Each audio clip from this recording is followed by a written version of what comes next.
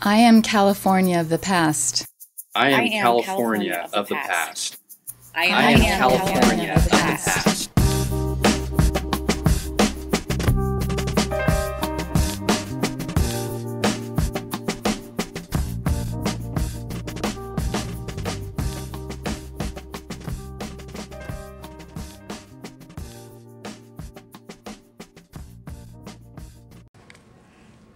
On August 10, 1925, in Mercy Hospital in Merced, California, my parents, W.S. Newhall and Edith Newhall, welcomed a baby girl whom they named Clara Leona Newhall.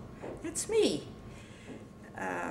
I think they were happy to have a girl because my elder sister had died as an infant, and I had two older brothers. The only disappointment was the fact that my father wanted a girl with dimples. So that was a disappointment, I suppose. At the time of my birth, we were living in Atwater, California. But it wasn't too long after that my father decided to sell his general contracting business and go into farming. So that's where I lived most of my early life. He bought a raw patch of land, a whole section of land, 620 acres, I believe, and he built our home, our two-story home, a garage, a huge shop for all the farm equipment, and several outbuildings for the animals. My earliest memory of that home was for my third birthday in 1928, and my favorite present, I can still remember, was a child-sized broom with a bright green handle. And I must have caused quite a dust storm by sweeping up the shop floor, which was just dirt. So anyway, it was a favorite toy. Other early memories are of roaming the fields and the creek beds with my brother Franklin. We would see jackrabbits and squirrels and snakes and many kind of birds. We never harmed any of them, but we just kind of were in awe of this whole nature being at our feet, so to speak. There was an abundance of wildflowers too. I wish those still existed today.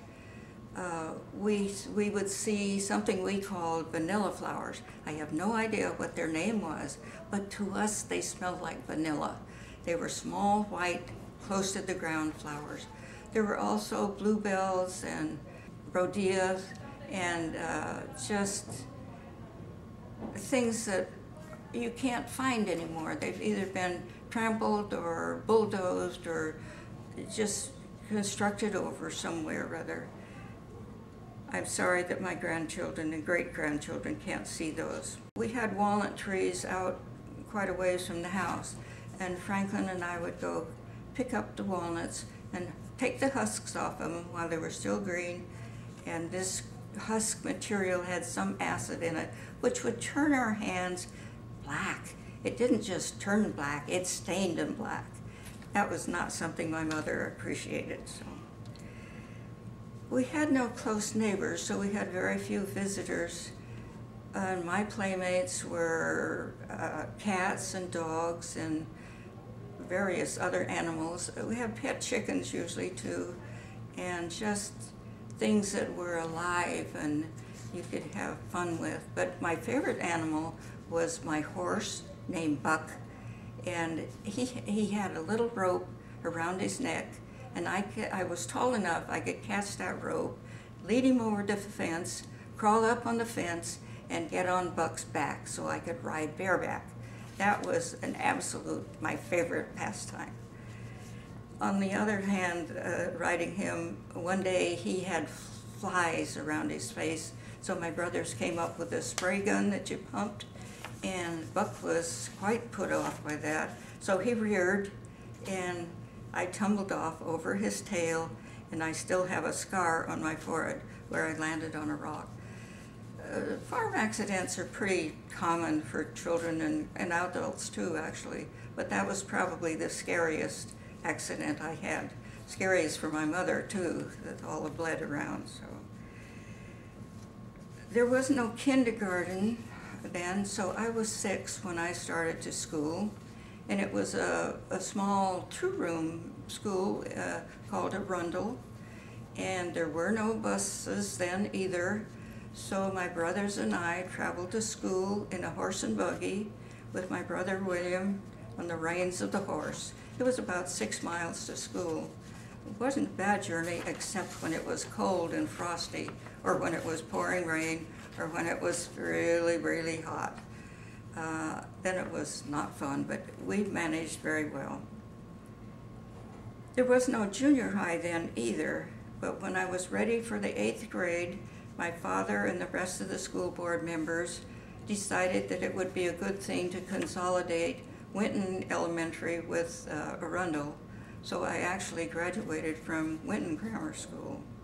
It was there that I was rewarded the American Legion medal. So from there I went to Merced Union High School and then a scholarship to Fresno State, and eventually got married and raised a couple of kids.